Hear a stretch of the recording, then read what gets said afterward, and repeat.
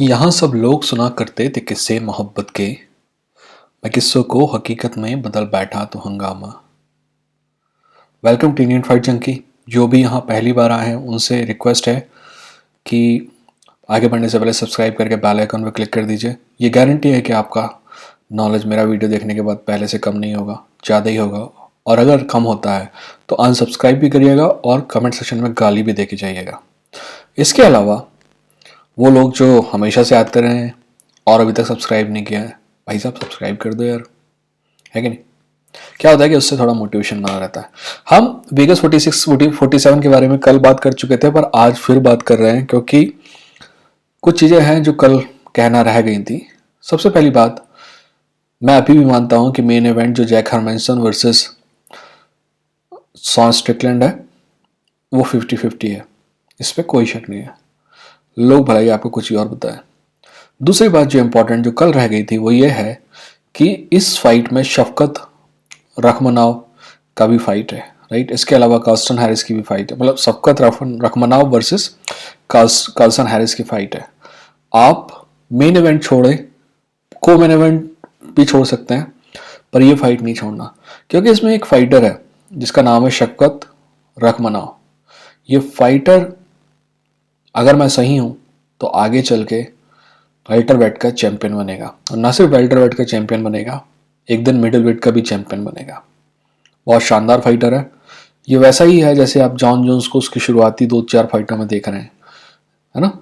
तो आप ज़रूर देखिए, इस फाइटर को देखिए और इसको फॉलो कीजिए, ठीक है। उम्मीद है कि यह फाइटर मेरी उम्मीदों पे खरा उतरेगा और आप मेरी वजह से अगर देख रहे हैं तो आपको भी बुरा नहीं लगेगा। अब शॉन स्ट्रिकलैंड के बारे में एक बार बात कर लेते हैं।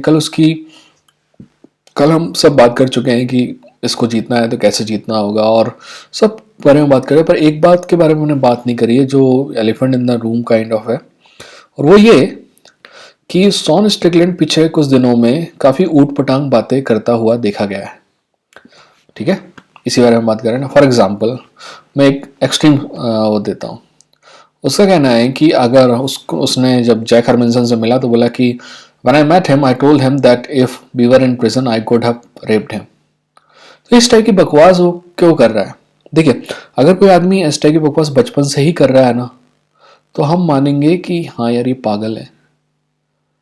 पर ऐसा नहीं है। शॉन स्ट्रिकलैंड की आप 10 फाइट पुरानी उठा के दिख लीजिए, ये सब के सब कोबी कविंगटन मॉडल फॉलो कर रहे हैं। कोबी कविंगटन मॉडल क्या है? सिंपल, आपको इस दुनिया में या तो हीरो बनना है या तो विलेन बनना है। हीरो बनना है तो लोग आपको जीतते देखने के लिए आएंगे, विलेन बनना है तो लोग आपको हारते हुए देखने के लिए आएंगे। चाहे आप जीतो चाहे आप हारो, आपकी फाइट देखने के लिए आएंगे और उससे पैसा बनेगा। चुपचाप मुंह बंद करके आने वाले फाइटरों की उतनी इज्जत नहीं है, और मेरा मानना है कि सही भी है एक हद तक, क्योंकि ये फाइट गेम नहीं है, ये इंटरटेनमेंट गेम है। दो फाइटर एक कमरे के अंदर फाइट नहीं कर रहे हैं ये जानने के लिए कि कौन बेस्ट है। बाकी फाइटर इसलिए फाइट कर रहा है ताकि वो इंटरटेन कर सके देखने वालों को, और इंटरटेनमेंट सिर्फ रिंग के अंदर हो या फिर ऑक्टागन के अंदर हो ज़रूरी नहीं है, बाहर भी होती है। कॉनर मैकग्रेगर जैसे लोग इसीलिए बने हुए हैं, ठीक है। तो ये बात हो गई उसकी बकर की। पर हाँ, तो मैं ये बता रहा हूँ कि उसको विश्वास नहीं है यहाँ तक। अब दूसरी बात है कि एक और आदमी है जिसकी बात पर भरोसा किया जा सकता है, वो है Eric Nipsic, right. Extreme colour का हेड कोच जो है, उसका कहना है कि he is a great guy and I believe him, right, because Eric Nipsic is a great guy. एक कोई अच्छा आदमी हो आपकी पहचान में और वो बोले कि नहीं भाई मैं गारंटी देता हूँ कि वो अच्छा है, वो पागल टाइप बोल रहा है बट अच्छा आदमी है, तो मैं लूँगा, ठीक है। पर आपको पता है, ये चाहे रखवानाओं की फाइट हो चाहे स्ट्रिकलैंड की फाइट हो, वैसे मैं आपको ये भी फिर से एक बार रिपीट कर दूं, स्ट्रिकलैंड की फाइट अगर स्ट्रिकलैंड जीतता है तो वो एक फाइट दूर है चैंपियनशिप के लिए चैलेंज करने के लिए। वहीं अगर हरमिनसन जो जीतता है तो उसे 2 मोर फाइट अच्छी लेवल की चाहिए, टॉप 5 की, तब वो चैंपियनशिप के लिए चैलेंज कर पाएगा, ठीक है। इसके अलावा एक और शॉर्ट रूट है कि आप बैकअप फाइटर बन जाओ, राइट।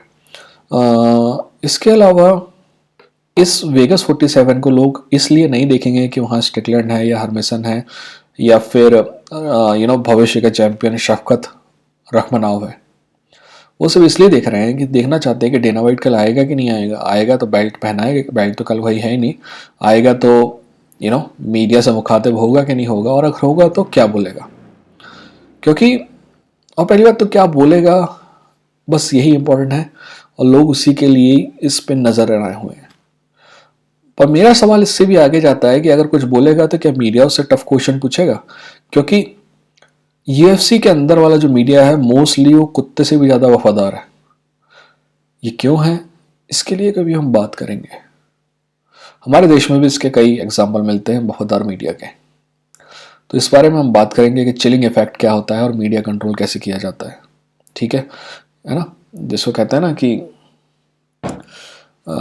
खैर इस बारे में फिर से कभी बात करेंगे। आप जाने से पहले सब्सक्राइब करिए, बेल आइकन पर क्लिक करिए।